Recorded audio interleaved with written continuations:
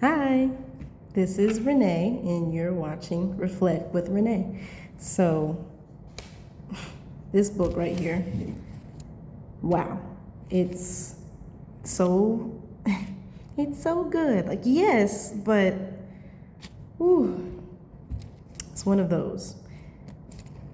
As said at the top here, a mesmerizing punch in the gut story. It's true, it really is. So, I've already read through it, and I've broken it up in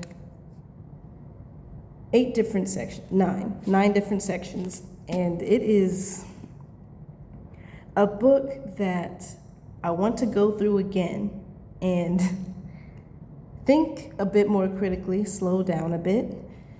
There's a particular phrase, a literary term called the unreliable narrator. And that's definitely what Claudia is.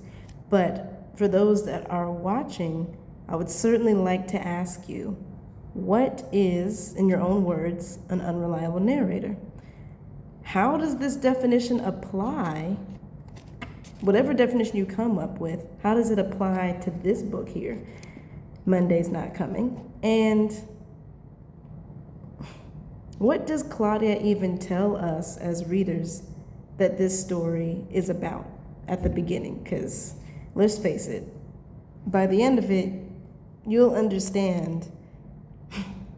I'm not spoiling anything. I'll talk more in depth about this book later as we go through the pages. If you'd like to read with me, I am reading from pages 1 through 69.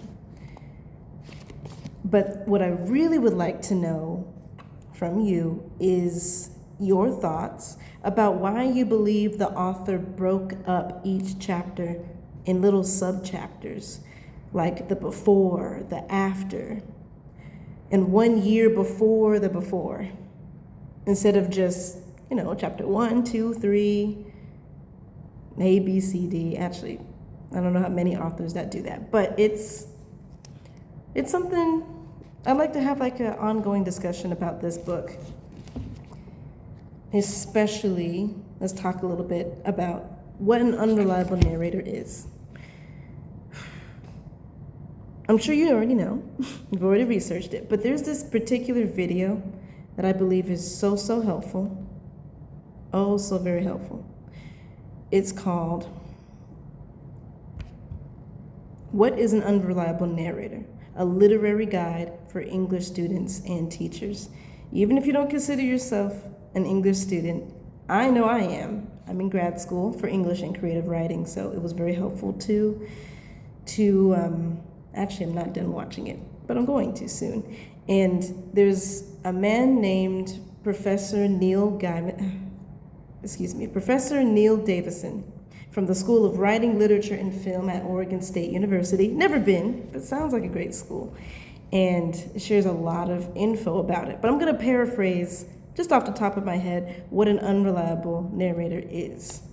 So, it's a narrator that can't fully be trusted, cannot fully be trusted for one reason or another. And I'm not telling you why Claudia cannot 100% be trusted. It's not as though every unreliable narrator is a liar or something. Sometimes, in some cases, they are, definitely. But perhaps a character is just too personally involved in the story that they're telling. So they just cannot be unbiased. They don't see absolutely everything like a god over that particular universe does.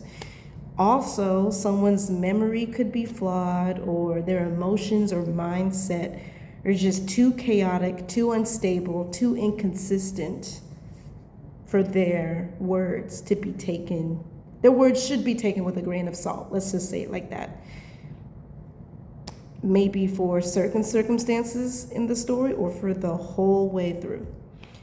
So once again, it's not as though Claudia, the main character, yes, she's looking for her best friend named Monday. We don't understand in the beginning what happened to her.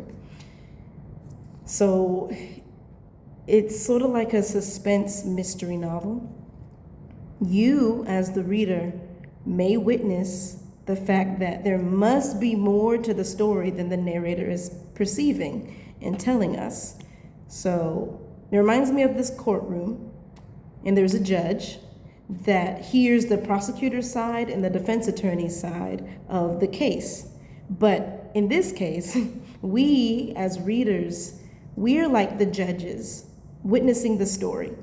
And we have to make a decision of what's true or not as we flip through the pages. But we only have one clear viewpoint. It could be the prosecutor's side, the defense attorney's side. Either way, we don't have the full picture. So that's my perspective on what an unreliable narrator is. You just can't trust 100% what this narrator is saying, because it's the first person perspective. One person can only see so much, and that's with any given story. So I hope you enjoy it. I hope you make it to page 69, and we'll continue to talk about this next week in more detail. See you soon.